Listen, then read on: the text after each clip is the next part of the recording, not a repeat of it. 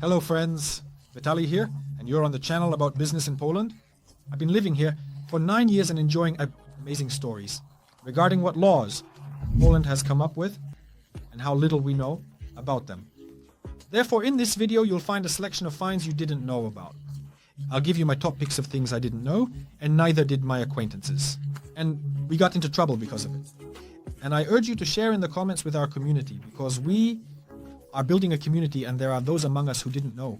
A Telegram chat in every major city in Poland, where we as entrepreneurs communicate, share experiences, share useful contractors, and discuss who it's better not to share with and who it's better not to work with. In general, we're building a community, so share your experiences in the comments and we'll start the video. So, the first fine, which I didn't know about, is the obligation of registration, meaning if you live in Poland, not in a hotel, but in an apartment. Because with hotels and hostels, there's a different system in place, but if you live in an apartment, you have the obligation to register, and we won't go into all the legal details right now. How many days you have to register and so on and so on. You will be able to find all that out. Firstly, I hope there are people who will add all this info in the comments. Secondly, I'll tell you what the fine is. The fine is from 500 zloty. This is what they told me at the office when I went there.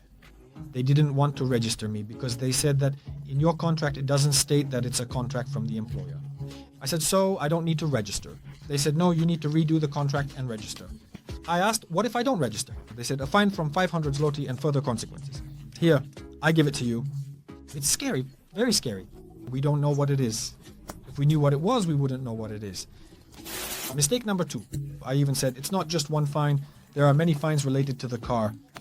Let me tell you the biggest one. This is the highlight of the month because it really, several clients simultaneously wrote that they received too many fines. It's more important to ensure that the car is insured always. Whether you drive it or not, for 2 years it just sits in your parking lot and doesn't start. If it's a vehicle, not just junk, and it's registered with a number and it's registered to you, you're the owner, or even if it's not registered but purchased by you, just a sales contract, it must always be insured. What the hell are you talking about? What fines, you might ask? For example, I have a friend who missed this thing by 1 day. So it's not even that he, the insurance broker just sort of wrote the wrong date by 1 day. The fine was 1,200 zlotys. Another friend bought a car and didn't insure it. And then, after 10 months, he decided to go somewhere and insured it for that month. He received a fine of 6,600 zlotys for 10 months of an uninsured car, while the insurance would have cost him 1,500 zlotys. Well, there are a lot of horror stories with cars. You can't keep the car running. If you warm it up for more than 1 minute, you might get fined for a dirty, very dirty car. If pieces are falling off it and so on. A fine for an obscured license plate, a fine for tinted front windows, a fine. So there are a lot of different fines. And if you argue with the police and they ask for your passport and you don't have it with you, a foreign passport, a fine for not having your foreign passport with you. And also, if you haven't changed to winter tires by a certain month in winter, that can also result in a fine. Well, and probably everything is quite enough with life. I hope you will add more interesting stories in the comments. And we will move on to business fines, because after all, our channel is more about business, so let's talk about business. And the most popular collection of fines is related to the employment of państwo, labor inspection, border service. These guys are the most active. They often know Russian, even when it's Ukrainian. They are not afraid to check if they don't like some information. So if you pay someone money, kind of illegally, well, obviously there will be a fine. And maybe someone will prohibit you from getting a work permit in the future, even if it's your company, up to deportation. And if you work without a permit, then up to deportation. Next, you don't pay the person, but you were supposed to pay. And payment should be made by the 10th of the following month unless otherwise specified in the contract.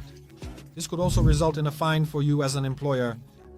Next, you obtained a work permit, I don't know, for part-time, but you work full-time. There will also be consequences from this, because those additional part-time hours are considered illegal work. You obtained a permit for full-time work, but the person works part-time, and you are in a way infringing on their rights by not providing enough work, and they are not earning enough, which could also result in a fine. Stand up. Employees, that's one thing, and the second is the protection of personal data. This is the topic that was relevant a couple of years ago with the GDPR policy. It hasn't gone anywhere, and it's clear that it passed by unnoticed. Nevertheless, agreements with employees have increased. There are at least 2 more pages, because they now include a clause about personal data protection on the website. You must have a checkbox and a policy for processing personal data. That is, everywhere you collect this sensitive information, you must have a policy for processing and storing personal data. It should be stated who collects this data, for what purposes, what data is collected, and to whom it is transferred or not transferred. And how one can check which of their personal data is held, how it can be deleted. That is where I should write or call if I want to delete my personal data. If you don't have this, the fines are, I'm afraid to say, quite severe. Well, and here's another cherry on the cake. Where are the fines? There. More than 500,000 zlotys as far as I understand.